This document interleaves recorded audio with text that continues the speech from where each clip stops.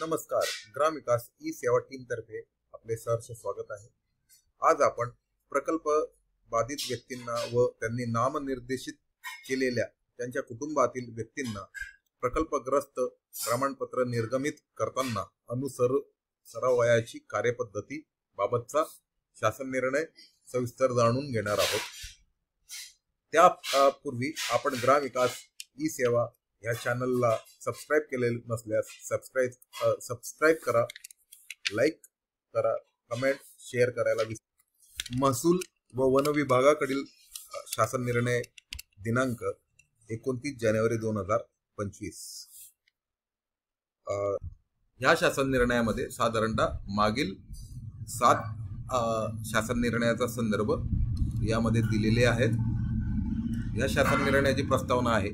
शासनाच्या पुनर्वसन विषयक धोरणानुसार भूसंपादन अधिनियम 1894 अन्वये सार्वजनिक हिताच्या प्रकल्पांसाठी भूसंपादनाच्या अनुषंगाने विस्थापित प्रकल्पग्रस्तांसाठी व त्यांच्यावर अवलंबून असणाऱ्या कुटुंबातील सदस्यांना शासकीय सेवेत वर्ग 3 व वर्ग 4 संवर्गातील पदांवर सरळ सेवेने नियुक्ती करता प्रकल्पग्रस्तांसाठी विहित आरक्षित पदांवर अर्ज करण्यासाठी प्रकल्पग्रस्त प्रमाणपत्र देण्याची तरतूद करण्यात आलेली आहे. तसेच महाराष्ट्र प्रकल्प बाधित व्यक्तींचे पुनर्वसन अधिनियम 1976, 1986, 1999 अन्वये अधिसूचित केलेल्या पाटबंधारे प्रकल्पाच्या बाधित क्षेत्रातील ज्या भूधारकांच्या जमिनी संपादित केल्या आहेत अशा प्रकल्प बाधित भूधारकांना व त्यांच्यावर अवलंबून असलेल्या कुटुंबातील सदस्यांना नोकरीसाठीचे प्रकल्पग्रस्त प्रमाणपत्र अनुज्ञेय ठरते. सदर प्रकल्पग्रस्त व्यक्तींना व त्यांच्यावर अवलंबित कुटुंबातील सदस्यांना प्रकल्पग्रस्त प्रमाणपत्र निर्गमित करताना अनुसरावयाची कार्यपद्धती व निकष याबाबतचे कालपरत्वे झालेले बदल लक्षात घेऊन सर्वकष कार्यपद्धती विहित करण्याबाबत विहित करण्याची बाब शासनाच्या विचाराधीन होती. त्यानुसार राज्यातील प्रकल्पग्रस्तांना नोकरीसाठीचे प्रकल्पग्रस्त प्रमाणपत्र निर्गमित करताना खालीलप्रमाणे निर्देश देण्यात येत आहे.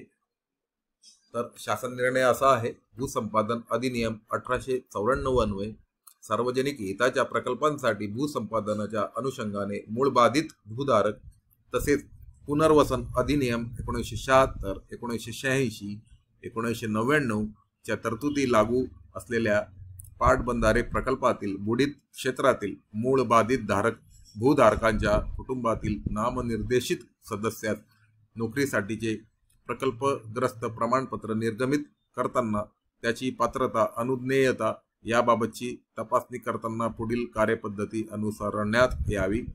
पहिला आहे.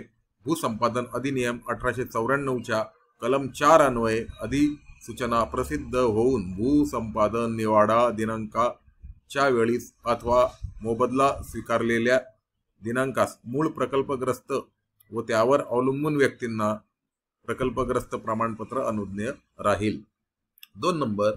सन 1976 पूर्वी पाटबंधारे प्रकल्पाच्या बुडीत क्षेत्रातील ज्या भोगवटादारांची जमीन संपादित करण्यात आलेली आहे अशा बाधित भोगवटादारांच्या कुटुंबातील नामनिर्देशित व्यक्तींना पत्नी, मुलगा, अविवाहित मुलगी, अज्ञात भाऊ, बहीण, आई व वडील, भावाची मुले, बहिणीची मुले. सामान्य प्रशासन विभाग शासन निर्णय 21 जानेवारी 1980 नुसार प्रकल्पग्रस्त प्रमाणपत्र देण्यात यावे. मुद्दा क्रमांक 3 आहे.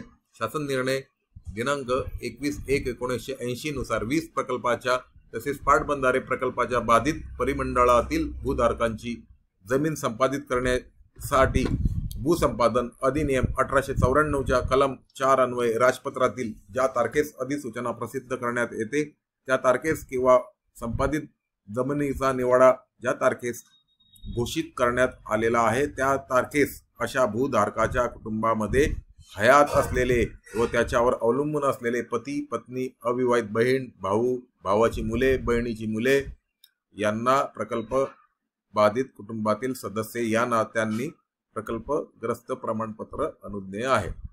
मुद्दा क्रमांक 4. त्यानुसार मूळ प्रकल्पग्रस्त व्यक्तीचा चा पती अथवा व्यक्तीची पत्नी, अशा व्यक्तीचे अज्ञान मुलगे अथवा अशा व्यक्तीच्या अविवाहित मुली, अशा व्यक्तीचे अज्ञान भाऊ किंवा बहिणी, तसेच अशा व्यक्तीचे आई व वडील यांना नोकरीसाठीचे प्रकल्पग्रस्त प्रमाणपत्र देणे बंधनकारक आहे. मूळ प्रकल्पग्रस्त व त्याच्यावर अवलंबून असलेले व त्यासोबत राहणाऱ्या कुटुंबातील त्याच्या सदस्यांना जर निवाडा पारित झाल्यावरही प्रकल्पग्रस्त प्रमाणपत्र निर्गमित केले नसेल तर अशा मूळ प्रकल्पग्रस्ताने नोकरीसाठीचे प्रकल्पग्रस्त प्रमाणपत्राची मागणी केल्यास सामान्य प्रशासन विभाग शासन निर्णय दिनांक 21 जानेवारी 1980 नुसार अशा मूळ प्रकल्पग्रस्ताच्या नावे अथवा जमीन संपादित होते वेळी त्याच्यावर अवलंबून असलेल्या त्याच्या कुटुंबातील ज्या सदस्यास त्याने नामनिर्देशित केलेले आहे अशा सदस्यांच्या नावे प्रकल्पग्रस्त प्रमाणपत्र निर्गमित करण्यात यावे. तसेच मूळ प्रकल्पग्रस्त हयात नसल्यास संपादनावेळी त्याच्यावर अवलंबून असलेले व त्यासोबत राहणाऱ्या त्याच्या कुटुंबातील एका सदस्याच्या नावे नोकरीसाठीचे प्रकल्पग्रस्त प्रमाणपत्र शासन निर्णय दिनांक 21 जानेवारी 1980 नुसार निर्गमित करण्यात यावे. 5.